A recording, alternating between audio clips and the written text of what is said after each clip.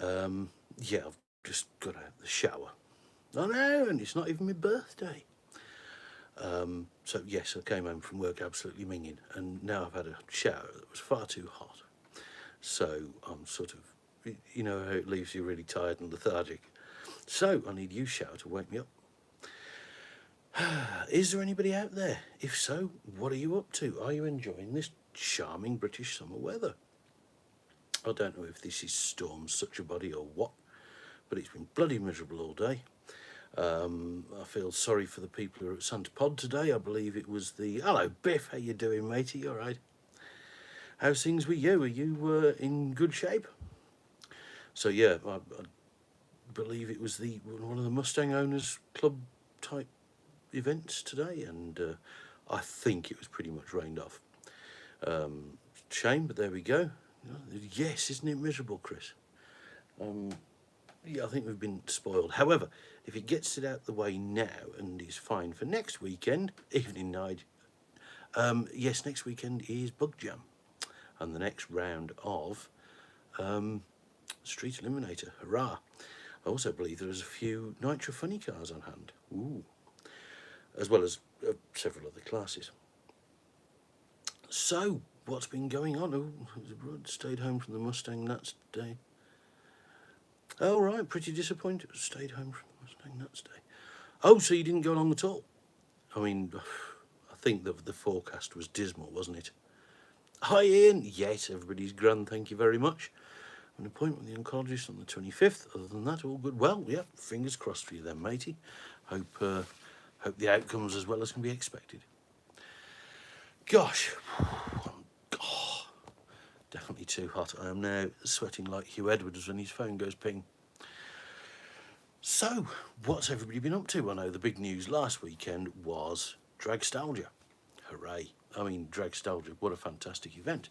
And I think it says a great deal about the scene in general, that one of the biggest events on the calendar is the classic version, if you like, which brings in almost as many punters as, say, the Eurofinals or something like that. But there we go. Did anybody go along? Does anybody have anything to say about it? I wasn't there, much as I'd love to have been there. It's just a prom in the minor. Oh, bum. So some poor kid had to go to his or her prom and get drenched. Well, if you're going to arrive in style. Dragstalgia. I know. Yes, because of course Unpaid Intern 2 was crewing for him. And I don't know what's... I think I've entered a parallel dimension or something, because I was messaging him over the weekend and he was saying, oh, no. Early nights tonight because, you know, got to get ready for racing in the morning. And really? So which is either an outright lie or watching the Goodwood Festival of Speed, it was boring. Oh dear. Well, didn't they have to cancel part of that because of the weather? Or did I just read a headline wrong there? But yeah, I mean, it comes to something when you know, Lord March has to cancel things happening in his own back garden because of the weather. That's grim, especially in July. But yes, it's Miss Dragstalgia, but the Daily... yes, that's it. I remember you saying that. That is a crying shame. Oh dear. You could have rented a van or something. I know. But yeah, it was... so yeah, like I say, Unpaid Intern 2 was crewing for Simon, and yeah, he was saying, oh yes, Simon and I both racked out early and got to get ready for racing in the morning, and the rest of the crew were up and drinking till 3 a.m. Bloody hell. So the teenager and Simon Boot had an early night. I know how that sounds, you know what I mean. And yes, and going tusk the rest of the crew was staying up drinking. Something smells rotten there, but there we go. And yes, he was rewarded with a trip into the eights. Fantastic news. That's been a while coming, and that car deserves it. Happy days. So yeah, there was lots going on at Dragstalgia. Like I said, I was really sad that I missed it. I can't do everything. What did I do instead? I got the brakes bled on the Fiesta. yeah, I missed Dragstalgia and instead bred the Blakes on a Ford Fiesta. However, that bloody thing is now ready for its MOT. Hurrah! All I need to do is find an MOT slot and some money to pay for an MOT, and then I'll have another car with an MOT on it. Not sure why. However, I am... Ow. Oh, I've broken a nail. Ooh, call an ambulance. Is there a manicurist in the house? Yeah, it also occurs to me that in 2 months' time, were there any rods running a Coventry Climax? Well, Coventry Climax motors, weren't they the really canted over ones like you got in the Hillman Imp? They were derived from some sort of plant engine, like a fire pump or something like that, but they were all alloy. And yeah, they were popular in formulas of motorsport, because back then you seemed to have a lot of formulas just for teeny tiny engines. I mean, things like the 750 MC are still going, and yeah, it's, you know, what we'd think of now as go-kart engines. You know, when you can walk into any motorbike showroom and buy a 1300cc motorbike, back then, you know, little single-seater formula cars were like teeny tiny engines. It probably was back ideal for a Ford Pop. However, anybody who's had a Hillman Imp will tell you that their Achilles heel was overheating, and when they overheated, because they were all alloy, you achieved a bigger warp factor than bloody Starship Enterprise. Yes, they were. They powered water pumps on fire engines. That's why they made them so light. Well, and the fact that we think that an all-alloy engine is a kind of a new invention, it's not. There was loads of post-war stuff and pre-war stuff that was all alloy. And yeah, presumably for lightness. I can't imagine it was because it was so cheap.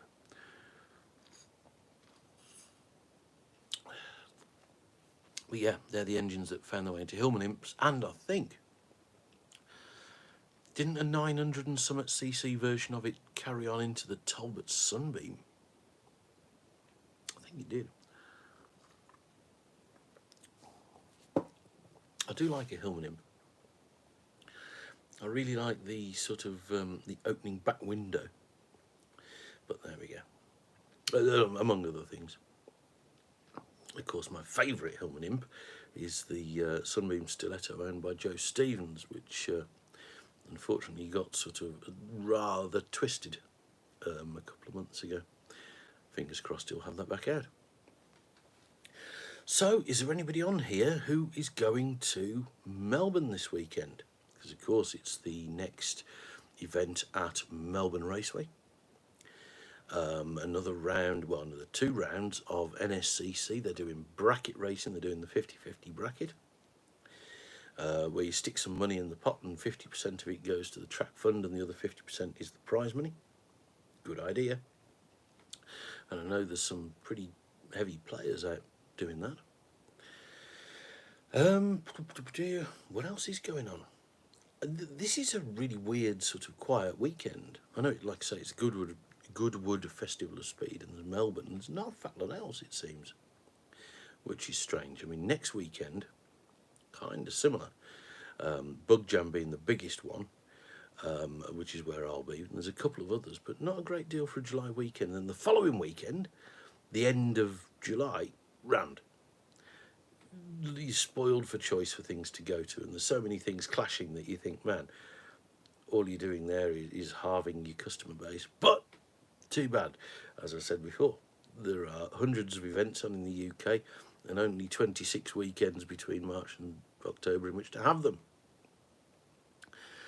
It does rather, doesn't it? Yes. Now, I did look on the Magic Telephone earlier, and it did say that tomorrow, not so much rain, but bloody windy. So wet and windy, which is not my Tinder profile. It is the forecast for the weekend. So yeah, more windy than wet as well, apparently, certainly around here. I'm not sure what it's going to be like up north and down south, but yeah, wet and windy, hooray. You never know, they might get some racing done, and it's often been said that Melbourne Raceway does have its own sort of bizarre microclimate. You know, when the weather forecaster said, oh, torrential rain, plague of frogs, locusts, 4 blokes on horses, I've been at York Raceway, as it was back then, stood in the middle of the pits, and you can see black clouds all around for 360 degrees, and yet right above York, sunshine. It's weird. I'm pretty sure it's also been the other way round. But there we go.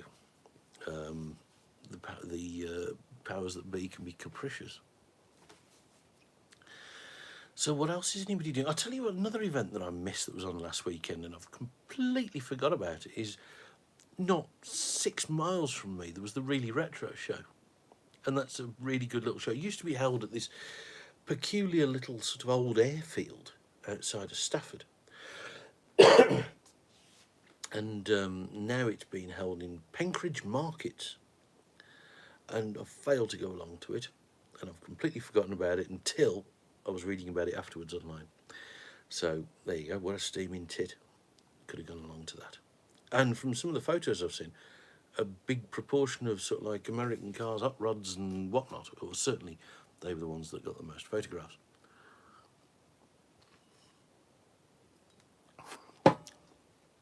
So what's anybody up to this weekend? Do tell. Is anybody heading up to Melbourne? Yeah, I was kind of in two minds about it. No, I'm not going up there. That and the fact that, you know, after I had that little thrash on to get the Blue Meanie ready for Street Weekend a month ago, when I got home, parked it back under that tree. I say, well, home, back to the workshop, parked it under that tree. Hasn't moved since. It's still got the bloody Space Saver tyre on the front because I haven't even bought a new tyre for it. And yeah, all that thrash to get the Mustang ready and roadworthy and MOT'd and taxed and insured at great expense. And I did Street Weekend and it hasn't moved since. That's pish. That really is pish. I'm ashamed with myself. But there we go. Oh, here we go. I've got some printed back to front Bogside reading for me here. It's Kev Rooney's Little Dummy's Guide to IVA, which I thought, I've been banging on about that little booklet for years and never actually read it. So I think I am going to try and educate myself a bit rather than all the second-hand hearsay gubbins. Now, I believe this is it's 2021 edition. I believe Kev and the NSRA are doing another print run, an updated print run, and it's going to be hopefully at the Super Nationals, not at Nebworth. I keep wanting to say Nebworth. It's a Biggleswade. Old Warden, that's the one. So, if you go into Old Warden, stick some money in the hat. I believe, well, all the money Kev raises from selling this little booklet go to his local hospice. So, there you go. Grab a copy of that, and you never know how much use it's going to be. Well, sorry, it will be of some use. How much is up to you. And I think it's one of them where we've all gone sort of, no, we're hot rodders, we're outlaws. Available, you just answered my question, on their website. Ooh, what, this little book? You get it direct from Kev. However, if you're going to the Super Nationals, you might be as well to try and pick a copy up there. I haven't seen anything about it on the NSRA website, but failing that, you can get it direct from Kev. I just thought, if you went to Super Nationals and got it there, chances are Kev Rooney will be there. And if you have any specific questions, you can ask him direct and get the answer direct from the horse's mouth. Excuse me. Are you going to be the go-to guru on all things DVSA? No. No. That is why I have had to buy the IVA for Dummies book. because I don't know. And also, would you take my word on anything? But yeah, you're local if you need to, would you like to look up something? Or failing that, would you like to have a go at my book? Either way, it's here if you need it. Yeah, like I say, for so long now, we've been sort of saying, we're hot rodders. We don't stick it to the man, and we don't follow laws. We're hot rod outlaws, and yeah, okay. You remember these words of defiance and sticking it to the man when the police and the DVSA had taken your car away and removing your logbook. Instead, I think we're going to have to face up to the fact that hot rodding is not going to get easier anytime in the future. Frankly, I'm sure the powers that be would rather we all just packed it up all together, sent everything to the junkyard under the scrappage scheme in the name of being green, and went and bought ourselves a nice electric car. Frankly, yes, I would rather go bobbing for turds in a bucket of boiling sick. But, like I say, they are not going to make hot rodding easier. You may as well know what the rules are. We've all been getting away with a lot for the past 50 years. We've all got away with a lot. And while it is by and large a victimless crime, nonetheless, I think our days of getting away with it are beginning to narrow quite considerably. So, you may as well acquaint yourself with the playing field. A lot of rodders out there are building their rods specifically with beaver in mind, if you'll pardon the expression. IVA, let's call it IVA. So, if you build it ready to pass a beaver test, once you've passed that test, your hot rod is then kind of future-proof. And the only thing that will take it off the road in the future will be when they finally stop selling petrol. Unless you convert it to a nice electric power plant. And fair play if you do, if that's what it takes to keep your rod on the road. Maybe that's the way to think. Is anybody planning on building an electric hot rod? I've seen it done in the States. I say I've seen it done. I've seen pictures of them in the States, and they have generated lots of headlines and lots of clicks on web forums and stuff. Can't see a million people following suit, because we like big noisy things. We like noisy engines that go vroom. So, yeah, no, electric is not. Not many people are leaping upon that bandwagon, are they? Or are they? You tell me. It'll be interesting to see when people do. Like I say, I've already worked out that the Tesla Model S has exactly the same wheelbase as a 49 to 54 Chevy pickup. And, I don't know if it's been done before, but by heck, that'd be cool. And whether you'd be despoiling a Chevy pickup or making a far, far, far better looking Tesla is your decision. What else did I do at the weekend? Oh yeah, I fixed the gear lever out of the Chrysler. I know, it's all rock and roll for me. Oh, last night the bins had to go out. Woo, yeah, crazy times. So other than that, I've really got cockle to tell you. If you have anything to tell me, please do, right about now, because otherwise it's going to be a very short day. If you are listening, tell me things. Go on, chit-chat.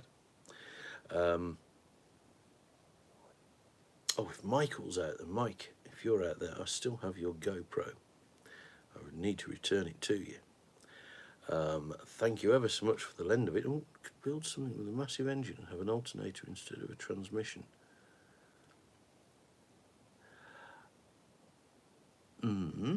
Yes. You could have a bloody great big nitro motor running a little generator and, yeah, call it a hybrid. Although that would be kind of a waste of a great big motor. It'd be fun, though. And it'd certainly be cool to have a bloody great big nitro motor, nitro burning motor. Actually, no, because nitromethane's doesn't have road fuel duty on it, does it? Okay, let's say a bloody great big blown big block at the front of the car with say a supercharger, just to make it really crackers. A bloody great big velocity stack as well, so the motor is taller than the roof of the car, and a little green border on your number plate to say that it's a green hybrid and you're saving the planet. I have a disturbing clutch fan wobble. Clutch fan? Oh, on what? On the Pontiac? Oh, bloody hell. Was it like a viscous thing?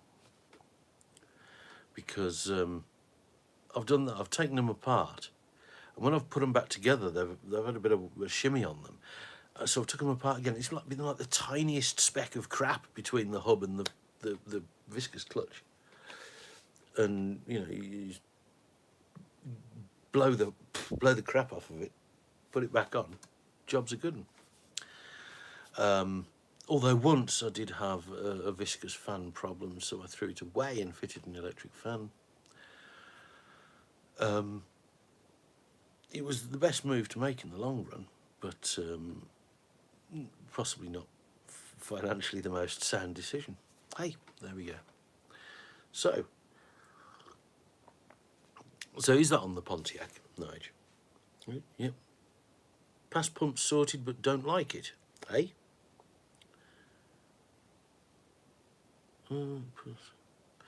What's not to like about the power steering pump?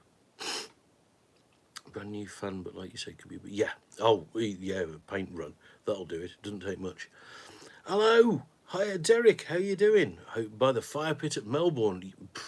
I think you should go and put that fire pit on the start line. If it's anything like here today, it's been piddling down all day.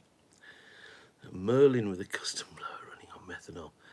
Methanol, is that does that carry road fuel duty? Now, we wouldn't want to be cheating the exchequer out of their fuel duty now, would we? List his new 32 Roadster with a 502 has passed the IVA test. There you go. If a bloody big block 32 Roadster can do it, pretty much anything can. And yes, there are. I mean, I don't like the fan. Right. Okay, I'm with you. Sorry, Nigel. Yeah, I understand now. That's what I mean. Once you've got your reg document, I think about whether a hybrid hot rod would be doable. Yes, of course it's doable. I was using everything from a rear-wheel drive Lexus. Yeah, it could be done. I can't imagine that the wiring would be homemade. Oh, you got a still going on in your backyard, have you? God, how hillbilly are we? Oh dear, sitting there picking at your banjo while you fill your tank. It doesn't carry road tax equivalent. Well, quite. Well, ethanol does, but methanol doesn't. And yeah, so the whole IVA thing. Kevin Nix put a shed, a fucking garden shed, not a commoner garden shed, but a road-going shed, through the IVA test. And, as I think he says in like the first paragraph in this book, they're not there to prevent you getting your vehicle on the road. They're there to make sure you tick all the boxes. And by and large, the people who work at these testing centres aren't Nazis intent on stopping you having a good time. No, they want to see your cool stuff get on the road as much as anybody else. Or say anybody else as much as the likes of me and you do. So yeah, unfortunately, in order to be an outlaw hot rodder type, we've now got to kiss the establishment's ass. But that's progress. Marvellous. Hey.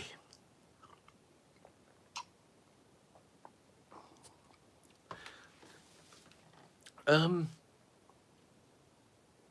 No, so sorry, I'm still thinking about using everything from a rear drive hybrid.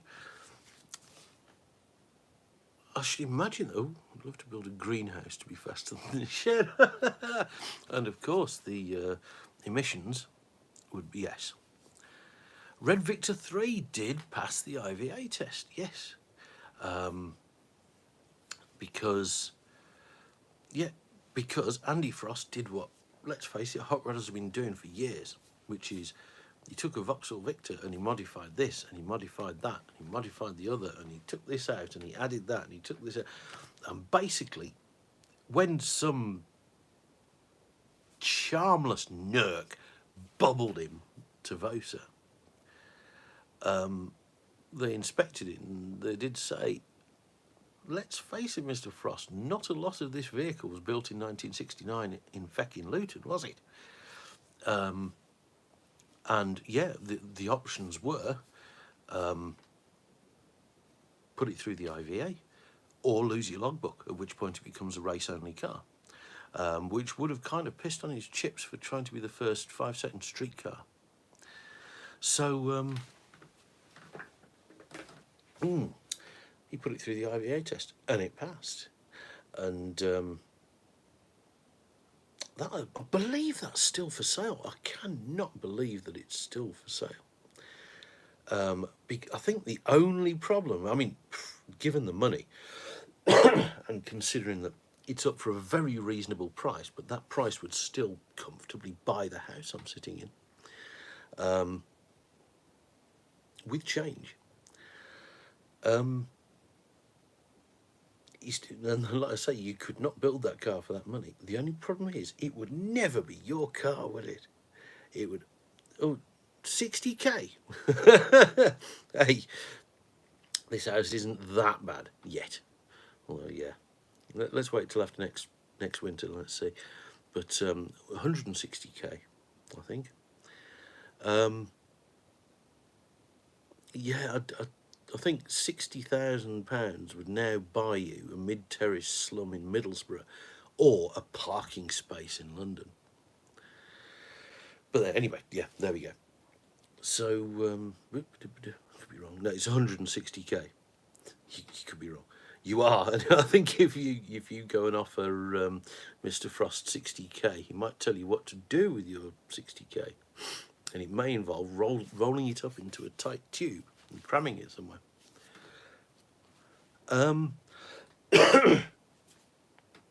It's certainly not cheap, but oh my god, compared to the... Well, exactly, that's what I mean. You could not build. And frankly, you can spend more than that on a really fancy Range Rover. Or you can buy the fastest street legal car in the world, or certainly the first street car in the fives. And that's street car by our sort of definition. The UK definition rather than the Discovery Channel definition of a street car, which is a Pro Mod with an LED light bar gaffer tape to the front bumper. But there we go. The build cost of the body. Well, never mind the cost, the patience. Who built that body? But even so, criminy. I mean, I think you need to look at how much houses have gone up. Yeah, but I'm in Rugeley. It's not my house anyway. But yeah, you could Wayne Allman. That, yes, it was, wasn't it? Intergalactic. Yeah, it's crazy that you couldn't build that, and yet, in terms of cars that go that fast and are streetable, Not just street legal, but actually streetable. That's a bargain. I mean, phew, crikey. You know, it really, really is a bargain. I think 60k might get you the engine. Yes, I think you might be right at that. I think, yeah, that would. I think you would regard that as the first instalment. The drug racers enter an altered state of consciousness during a race. Yeah, I don't. I'm too busy panicking. But in fact, Andy Frost said almost exactly that. He said that when he gets in the car and he gets to the line, it's like everything slows down for him. So he's not frantically steering, pushing this and pedaling, gear shift and parachute. He says he goes into a very sort of calm, like a Zen trance sort of thing. And it's just, everything just does it, you know, by power of thought alone, if you like. And he says it's really kind of easy and chilled and not at all frantic, unless something goes tit, of course, at which point I should imagine things can get a bit frantic. But yeah, on a good run, he says, yeah, it is like a tantric experience, if you will. Fair play to him. Me, I'm far too busy. Well, I've got a lot more. I spend a lot more time on the strip than he does, so you know I get my money's worth. But I can get it riding my bike. There you go. So yeah, it is kind of another altered state of consciousness. I don't know about that. That might be a bit of a grand way of doing it, but I suspect that people, you know, like fighter pilots and whatnot, must also be able to do this.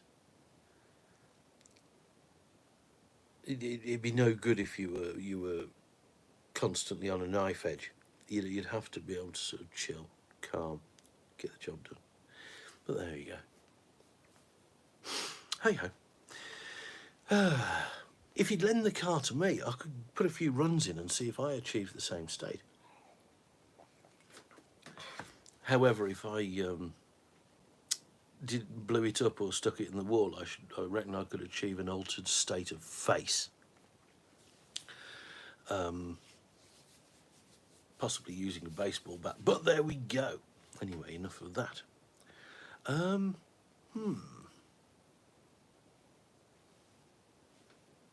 the hell? Oh my God, is that the police? No, it's just somebody in a high-vis. So, if you have anything more interesting to say, please do say it. I could really do with it because, like I say, I've got nothing. I've been at work all week. I've been to work all week.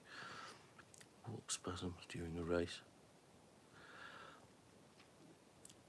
Well, I think Morris should be careful what he says about Andy Frost. But there we go. And how he knows that, I do not know. But it's possible, I suppose.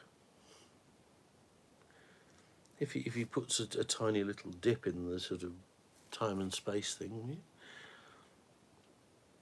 I suppose if time does flex like a... Well, they say that, don't they? It's like a large... Something like a black hole has the same effect on time and space as a cannonball put into the middle of a rubber sheet stretched tight. And as it happens, Morris has quite a few rubber sheets and cannonballs for some reason, and can demonstrate. So yes, when it comes to the time-space continuum, he actually knows a lot more than you'd expect him to. Anyway, enough of that. I do not want to see Morris spasming in any... Well, no, quite. And, yes, quite enough of that.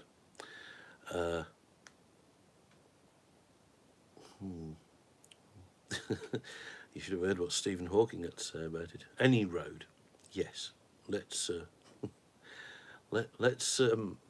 get back on track. Let's pull focus back. Although pull it back to what? I don't know because I've got nothing. So, is anybody else going to chip in with anything? Yeah, I've done. Oh damn! I've done so little. I worked on sort of like daily drivers and stuff. He's quite well read. He is. Well, this is the thing. When he's chained to the radiator in his dungeon, it's right next to the bookcase, so he's got nothing else to do, and he does. He does read quite a lot. He is quite learned. It's amazing, you see, if you have a ball gag, so you can't speak, but you can read and you can listen. It's amazing how much you learn. See, talking is the enemy of learning. So, what was it? Ooh. You would. Yes. Let's pull back the focus, I said. Oh, God. And taking my car apart at the end of the season. If that. Ooh, which one? The Firebird. Oh, okay. Why? I thought that was in fairly good order. It's all right. I'm just thinking about, statements like, "Oh, I'm going to take my car apart at the end of the season," infers that it's going to be back together again for the beginning of next season. Is this likely to be the case? I was talking about his black hole. I was talking about his career. Oh God, we're going back a while now. But one of the first outside broadcast Thursday night lives I did, which I made a right dog's dinner of, was with Andy Frost. And he's great. He has a lot to say. And I don't mean gibber, gibber, gibber. I mean, he's got a lot to say worth listening to. And this was not long, well, it was a fair bit long, after he'd come back from Bahrain and run his runs there. And at the time he said, that's it for me. What else can I do? I've done everything I set out to achieve. I've accomplished everything I wish to accomplish. And unless I create a new goal, and then just commence pissing money into it, he said, no, it's time. He says, the poor missus has been on the sidelines for so long while I've been chasing this goal, that, no one's... And also, I believe, because he was on about, I'm going to end up getting rid of Red Victor 3. I believe he bought back Red Victor 1. And he's going through that and rebuilding it. And it's going to be a cruiser. It's going to be a weekend enjoyment car. When that comes out, different story. But, yeah, and I'm certainly not going to interview Morris about his black hole. Like I say, he's got his ball gag on. Just over 3 weeks into... Really? I thought it was the end of August. But either way. Oh, Nigel's going to whip his rear end out with a slippy trans. Engine needs refresh, needs a posi. Yes, it will be reassembled for New Year. Next year. You read it here first. Yes, so there you go, Nigel. If you find that you need any bits and pieces, if only we knew somebody was going over to the States and could pick them all up and bring them back for your hand luggage. It's on the tip of my tongue. No, sorry, it's gone. That'll be the first time I've had Biff on the tip of my tongue. And the last. This is bleach.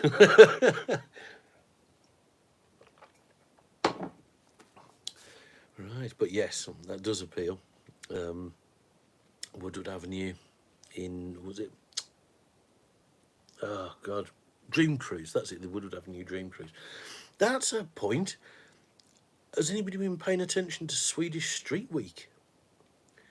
Because, again, I dare not get involved with following that, because that'll be another week written off. I will just fall down the rabbit hole and watch that. Because last I saw, yes, the, oh God, what's his name? The fella who did, the Swede who won Sick Week. I'm sure he was leading. And Alan McSweeney, in a Volvo, he took his Volvo to Sweden and some coal to Newcastle.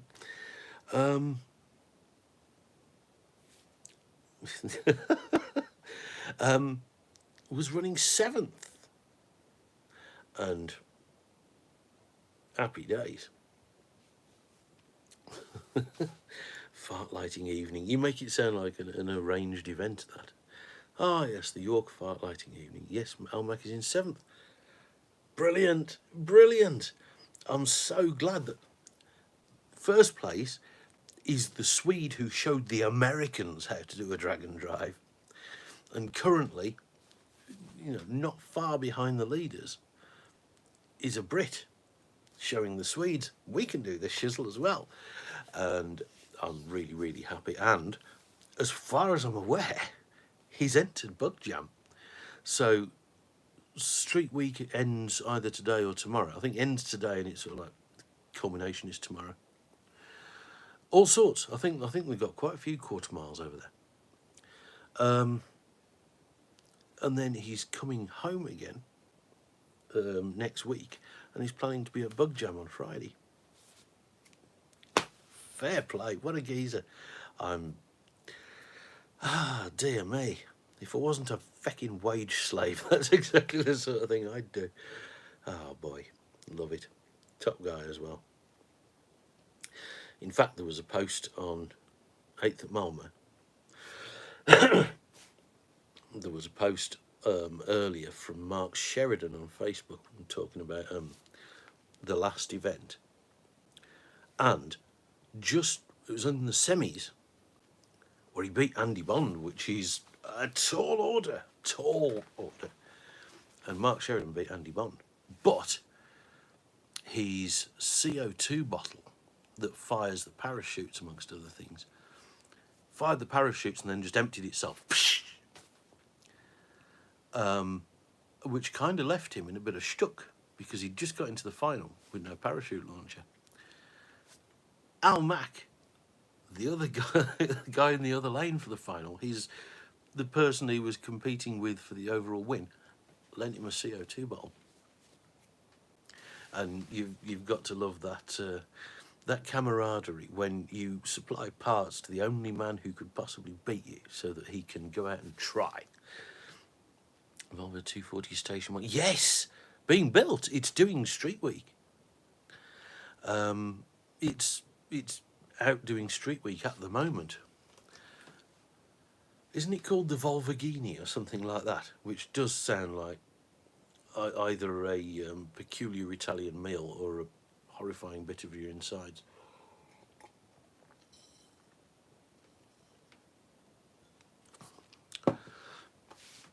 But yeah, I bet it's fun. Yeah, because there's pictures of it. It's a Volvo 240 towing a caravan. And it's got a Lamborghini V10 in it, and fair play to them all. In fact, the Swedes seem to be one of the few nations in the geographical area I shall call Europe. Lambolvo. It could be, couldn't it?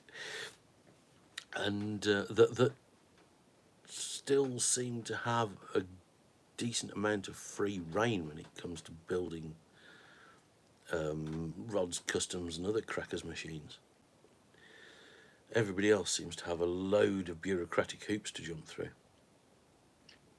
And there are so many countries where they make it so difficult for you to run anything modified that it's killing the car scene. In fact, that whole bloody awful looking, which frankly I haven't seen in a long time, and I'm glad of it. You know, the Swedes tow a lot of hefty caravans with their Street Week cars, which gives me another idea. Ooh, do tell. Oh, we're going to see a sort of farm truck camper topper on the back of the Firebird. Didn't farm truck build a Firebird with a camper topper on the back, or am I imagining that? But you know that where you get like a 10-inch wide wheel and you fit. Hey up, Andy, how you doing, matey? You get a 10-inch wide wheel and you fit like a 155 tyre on it, so the sidewalls are like that. They did it with feckin' awful. Yes, you're right, but you could sleep in it, possibly. I'm sure somebody told me that idea came from Germany, where the powers that be decided that you could fit any wheel you wanted to your car, provided it kept the standard size tyres as dictated by the car manufacturer. So people went, really, you twats? Right. They started going bonkers by fitting huge wide wheels with narrow tyres, so that, like, yeah, the sidewalls were like that. And presumably the powers that be went, bugger, they've got us, they've found the loophole. However, it didn't last, because let's face it, it's stupid and looks shite. Still alive, I'm going to pick up my second Ransom's motor triple mower.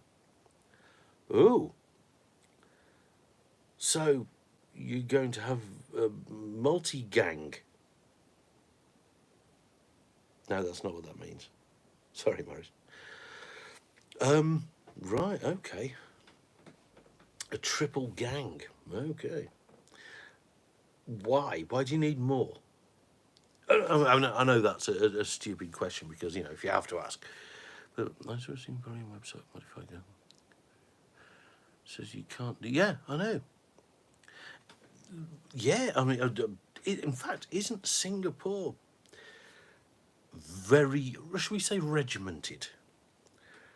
In as much as it's that far away from being a police state, or am I imagining that? Yeah. In fact, isn't Singapore like Hong Kong was at some point, or is it Hong Kong is? I can't remember.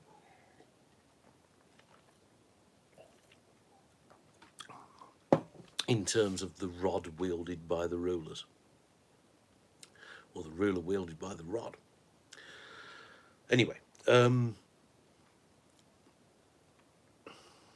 right. So, anyway, going back to Nigel, does this mean that the Firebird's going to end up with a tow bar, a brace of vintage triple gang mowers?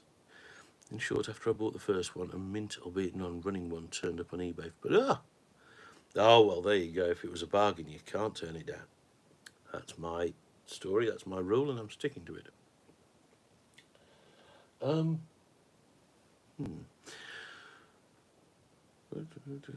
Thailand is similar, but the cops are easily bribable. Yeah, it's.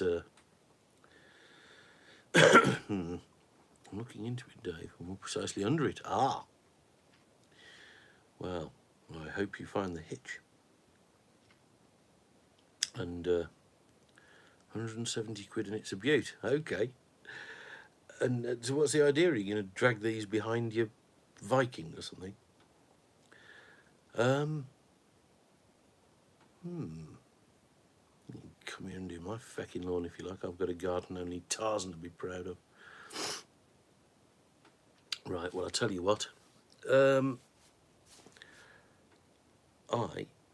am going to be clearing off very shortly, so if you have anything else to be chipping in, please do so, pronto.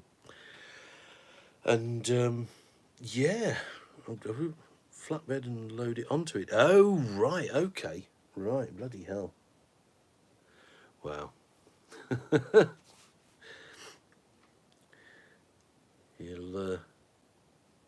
You'll have to have a slogan to go with it, like, was it, I fought the lawn and the lawn won, sort of thing. But there we go. The Thai scene is pretty interesting. There's quite. Oh, there is a bit of free rein there. You could import a US car, keep it for 12 months, and then had to export it for someone else to buy, and then import again. Oh, right. Oh, God. What a pain in the ring. Hold you to that. Frankly, unfortunately, I don't think you'd be able to squeeze up my back passage. As I've said, this is a mid-terrace. So, yeah, the chances of a triple gang squeezing up my back passage are very slim. Good night, all. Safe racing to absolutely. Flat caps, I think. I can't remember what date it is, but I think it clashes. Because in September I'm at the Eurofinals one weekend, and I think it's the national final, with James, of course, and I'm at the national finals, I think 2 weeks later. And I'm not sure whether flat caps clashes. Does it clash with the hot rod drags? I know it clashes with something. 1.2 metres wide. Actually, that's That's not quite as girthy as I'd have expected. But that's still like 4 foot, isn't it? So yeah, I think you might be able to. It might squeak along the sides a bit, but yeah, you probably could get that up my back passage. Cool. Okay. I mean, if anything could do with tending to it's my back passage, with the blades fine. Ah, right. So okay, understand. Right, 26th and 24th September. That's National Finals weekend. So unless something catastrophic happens to James between now and then, to the car, I mean, bloody hell, I shall probably be at the National Finals. Is anybody going to the Mopar Euronationals? Because as somebody, a good friend of mine who was also on Street Weekend, has her little Buick ready and he's thinking of taking it to the Mopars. Ooh, bloody hell, this is the car that she brought in a couple of years ago. Her and her husband and, well, a family were going to emigrate to the States. And then along came COVID and bollocksed it. Unfortunately, I mean, this was last minute because she'd already bought a race car out there. So she went, well, plums, ship the race car back here. It landed in whichever port, Southampton or whatever it was, on the Monday. The Friday it was at Santa Pod for a bit of a shakedown. All they did was some burnouts and whatnot. Yep, Pete and Vic. However, now it's ready to rumble. It is street legal. And it was at John Sleeth's on Wednesday, and put it on the dyno. He stopped the test when it hit 1,340 something wheel horsepower on his dyno because he didn't want to run it off the top of the dyno, basically. And that was at something like £12 a boost, which isn't much. And this wasn't even close to the rev limiter, so expect something worth watching when Vicky debuts that at the, well, she was supposed to be testing it this weekend at Santa Pod. Possibly that's not going to happen, but that'll be well, if she takes that to the Mopars, that'll be something to watch out for. A hubba hubba is the word, I think. Well, it's 2 words. Well, it's the same word twice. Just get on with your life. So, there we go. That's again, I won't be able to go to the Mopar Nats because if left to my own devices, I'd have been at Santa Pod 4 times this month. So this is why I don't get left to my own devices, because I would have done, and then I would have had no money.